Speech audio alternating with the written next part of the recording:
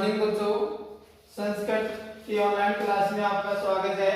कि हमने पढ़ते पिछली क्लास में पढ़े थे जिसमें आपके पढ़ते के भेद और कुछ आपको कर्तरी पढ़ते हैं वो आपको पढ़ाते थे। आज हम बात करेंगे तद्धित पढ़ते। तद्धित पढ़ते आपको बताया था कि वे पढ़ते होते हैं जो शब्द के बाद में जुड़ते हैं। अब इसमें हम सबसे पहले जिस पढ़ते की बात करने जा रहे हैं वो पढ़ते हैं मतुप। मतुप पढ़ते हैं।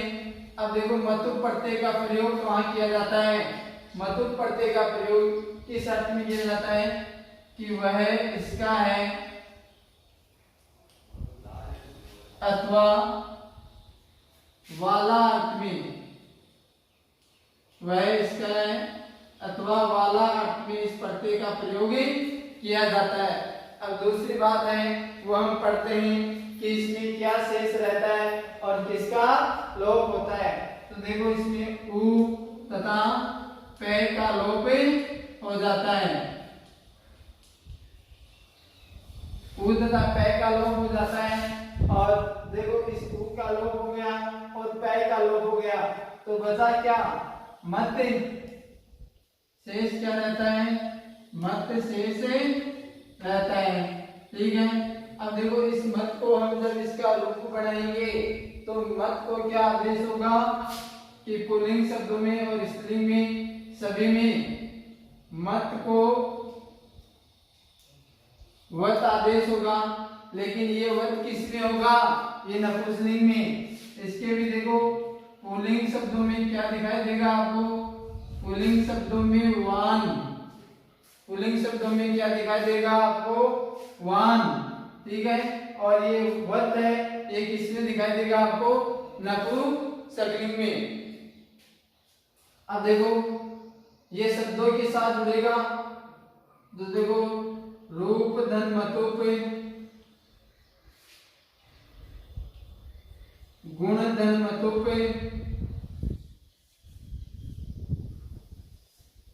ज्ञान धन मतुप,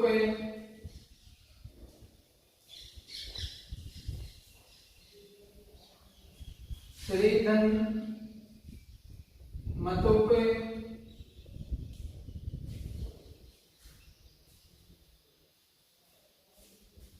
फल धन मतुप।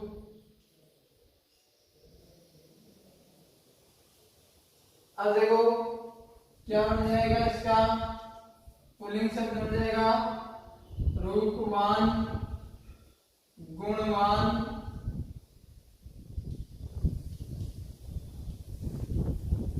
ज्ञानवान।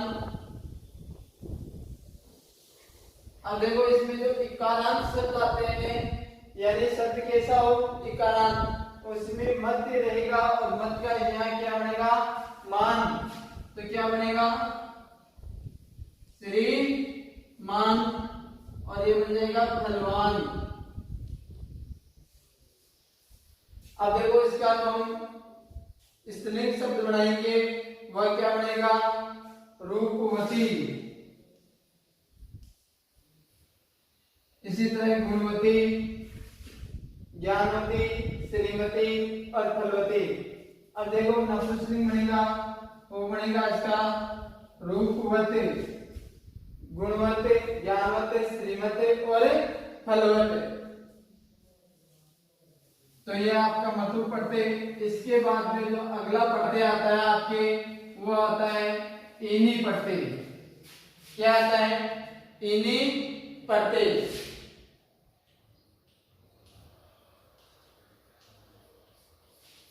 इनी पढ़ते का प्रयोग है वो वाला या युक्त अर्थ में किसमें किया जाता है, वाला या युक्त अर्थ में इसका प्रयोग किया जाता है।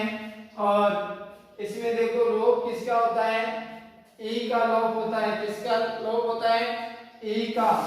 कौन सी ई का लोप होता है, ई या दो ए, तो ई है, एक नए में ई मिला हुआ है, जो नए में ई मिला हुआ है उसका लोप होता है। तो ई का लोप होता है तो बचेगा क्या शेष, इन शेष बचता है। तो ये जो इन शेष बचता है ये शब्द जुड़ करके जो इसका रूप बनेगा वो नपुंसकलिंग रूप बनेगा और इसको जब हम पुल्लिंग रूप बनाएंगे तो क्या जुड़ेगा, बड़ी ई, यानी बड़ी ई की मात्रा लगाएंगे। जैसे मान लो कोई भी शब्द हम ले लो, धन, धन इनी, गुण धन इनी, दुख धन इनी, सुख धन इनी, क्रोध धन इनी। अब देखो हम इसका रूप जो बनाएंगे इन जोड़ करके, वो तो क्या बनेगा, धनीन, गुणीन, दुखीन। अब देखो इस दुखीन में छोटी की मात्रा में लगा सकते हैं, तो इस तरह लगेगा ये शब्द। और ये सुखीन, ये क्रोधीन, लेकिन ये इसका नपुंसकलिंग रूप है। इसमें आपके केवल जो काम आएगा वो पुल्लिंग रूप ही काम में आएगा। और पुल्लिंग रूप हम इसका जब बनाएंगे, सही रूप जो बनेगा वो पुल्लिंग रूप बनेगा। और आपको वो पुल्लिंग रूप ही एग्जाम में भरना बना करके, और वो क्या बनेगा कि ये न हटेगा और ये मात्रा बढ़ी, जैसे धनी, गुणी, दुखी, सुखी और क्रोधी। तो आपको जो एग्जाम में रूप बनना है वो इस तरह ये रूप बना करके बनना है। ये है आपका इन्हीं प्रत्यय कंप्लीट। इसके बाद में जो आपका प्रत्यय आता है वो आता है ठन प्रत्यय। कौन सा प्रत्यय आता है, ठन। तो देखो ठन प्रत्यय का प्रयोग है वो भी इन्हीं प्रत्यय के समान होता है, यानी वाला या युक्त अर्थ में। इसमें वाला या युक्त अर्थ में वो इन्हीं ठन प्रत्यय का प्रयोग किया जाता है। और ठन प्रत्यय में देखो नय का लोप होता है, किसका, नय का लोप होता है, और शेष क्या बचता है, शेष रहता है। लेकिन इसमें भी हम जब इसका रूप बनाएंगे, रूप बनाते समय क्या जोड़ेंगे, इसमें इक जोड़ेंगे, यानी रूप बनाते समय इसका पुल्लिंग रूप बनाएंगे तो क्या जुड़ता है, ठय को क्या आदेश हो जाता है, एक आदेश हो जाता है। और एक आदेश होकर के इसमें क्या जुड़ता है, एक जुड़ता है। जैसे दंड, दंथन, धन, दंथन,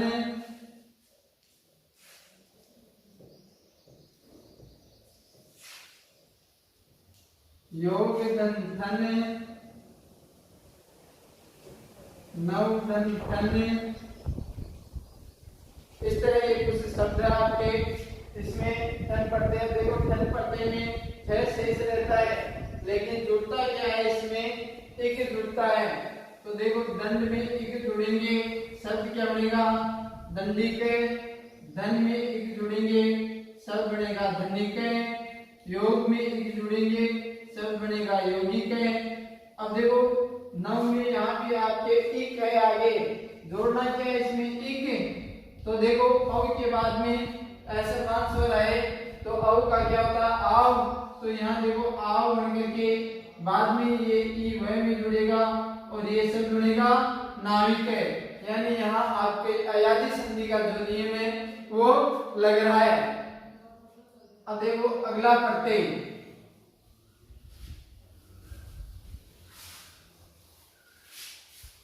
अगला प्रत्यय वो आपके त्वय प्रत्यय। कौन सा है, त्वय प्रत्यय। अब त्वय प्रत्यय का प्रयोग हम कहाँ करते हैं कि जो विशेषणवाची शब्द होते हैं उसके रूप में बनाने, उसको भाववाचक संज्ञा बनाने के लिए इसका प्रयोग करते हैं और ये नपुंसकलिंग में होते हैं। ठीक है, यानी विशेषणवाची शब्द, विशेषणवाची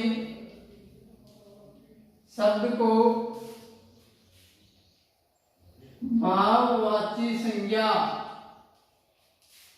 बनाने के लिए त्वय प्रत्यय का प्रयोग करते हैं और इसका त्वय का त्वय जुड़ेगा, लेकिन जो इसके रूप होते हैं वो किस में चलते हैं? नपुंसकलिंग में चलते हैं। तो इसका हम जो रूप पढ़ाएंगे वो नपुंसकलिंग में पढ़ाएंगे। तो देखो मनुष्य दंत्वय, लघु दंत्वय, देव दंत्वय,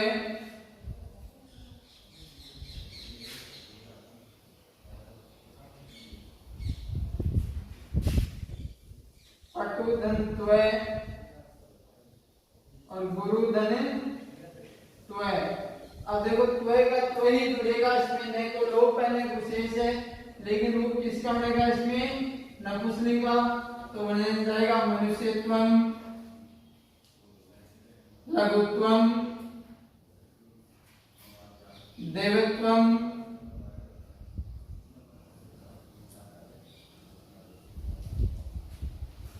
पटुत्वम और गुरुत्वम। इस तरह ये त्वय शब्द जुड़ करके इसका नपुंसकलिंग रूप बन जाएगा। त्वय के आगे वो कौन सा पढ़ते हैं आपके? तल पढ़ते। अब देखो तल पढ़ते में क्या होगा? यही है, इसका भी प्रयोग है। वो विशेषणवाची शब्दों को भाववाची संज्ञा बनाने के लिए तल पढ़ते का प्रयोग किया जाता है। अब इस तल पढ़ते में क्या शेष रहता है कि इसके जो अंत में वो ता जुड़ता है, यानी शब्द के अंत में क्या जुड़ेगा? शब्द के अंत में ता यानी लय का लोप होता है, ता शेष रहता है, लेकिन इसमें शब्द के अंत में क्या जुड़ेगा? ता। यही है विशेषणवाची शब्द है। अब इनको भाववाची संज्ञा बनाना है तो त्वय की जगह आप कौन सा प्रत्यय जोड़ दो? तल प्रत्यय जोड़ दो इसमें।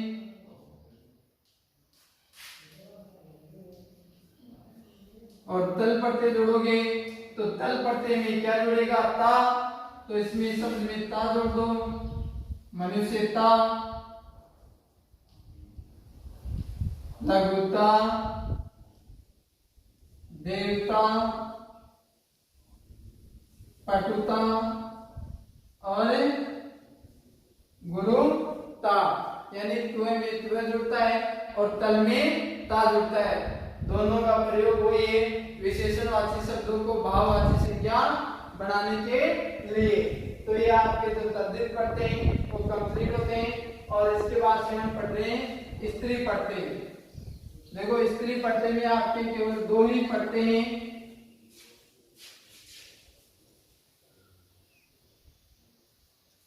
स्त्री पढ़ते में सबसे पहला जो आपका पढ़ते हैं वो है ता पढ़ते। तो देखो स्त्री पढ़ते में मैंने आपको बताया था कि वे पढ़ते हैं जो पुल्लिंग शब्दों को के साथ जुड़ करके उन शब्दों को किस में परिवर्तन कर देते हैं?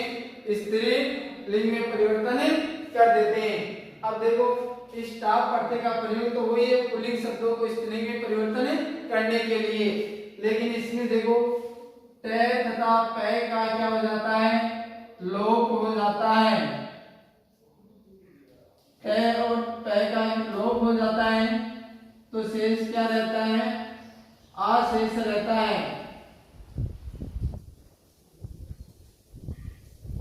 क्या शेष रहेगा? आ शेष रहेगा। यानी कोई भी शब्द होगा उसको स्त्रीलिंग रूप बनाएंगे और उसमें क्या जोड़ेंगे? आ। जैसे अजदंताप, अश्वदंताप, शिक्षक दंताप, चटक दंताप, बालक दंताप। अब देखो इसमें क्या जुड़ेगा? आ। तो देखो अज में आ जुड़ा, क्या बना? अजा। अश्व में आ जुड़ा, क्या बना? अश्व। शिक्षक में देखो आ जुड़ा तो शिक्षक का होता है, लेकिन शिक्षक का हम स्त्रीलिंग रूप पढ़ाएंगे तो क्या बनेगा? शिक्षिका बनेगा। नहीं तो यहाँ शिक्षिका बनाएंगे। चटक का क्या बनेगा? चटका। और बालक का क्या बनेगा? वो शिक्षिका की तरह बालिका। तो प्राप्त पढ़ते हैं वो पुल्लिंग शब्दों के साथ रुकेंगे उनको स्त्रीलिंग में, और अंत में हम क्या जोड़ते हैं? इसके आ जोड़ते हैं। ठीक है। अब जो अंतिम पढ़ते हैं आपका वो एक पढ़ते हैं दीप पढ़ते हैं।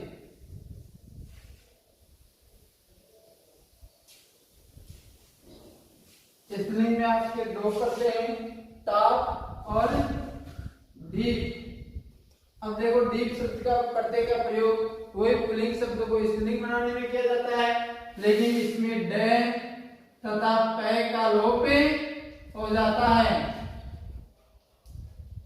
और इसका लोप हो जाता है तो शेष क्या बचता है?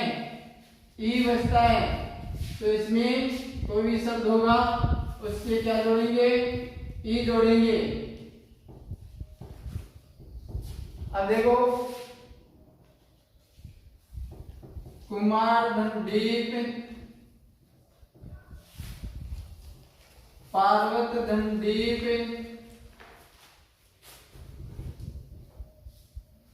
नद धनदीप,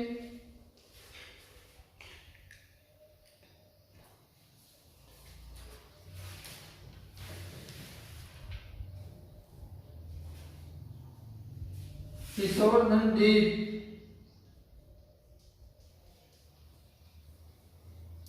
अब देखो कुमार में डीप में ड और प का लोप बचेगा क्या? ई। तो इसमें क्या जुड़ेगा? ई। बड़ी ई जुड़ रहा है तो बड़ी ई की मात्रा लगाएंगे, क्या बन जाएगा? कुमारी। पार्वती के बड़ी ई की मात्रा लगाएंगे, क्या बन जाएगा? पार्वती। नद के नदी, और किशोर के लगाएंगे किशोरी। देखो ये पुल्लिंग शब्द है, और डी प्रत्यय जुड़ते ये क्या हो गए? स्त्रीलिंग शब्द हो गए। तो डी प्रत्यय का प्रयोग में केवल हम क्या जोड़ेंगे? ई। इसी के साथ ये आपका प्रत्यय का टॉपिक है ये समाप्त हो गया। इससे अगली कक्षा में हम नया टॉपिक शुरू करेंगे। धन्यवाद।